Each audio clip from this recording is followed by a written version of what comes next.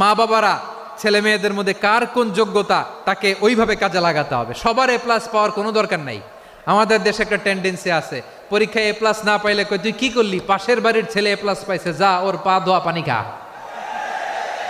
খাওয়া নাই, এগুলার খাওয়া নাই।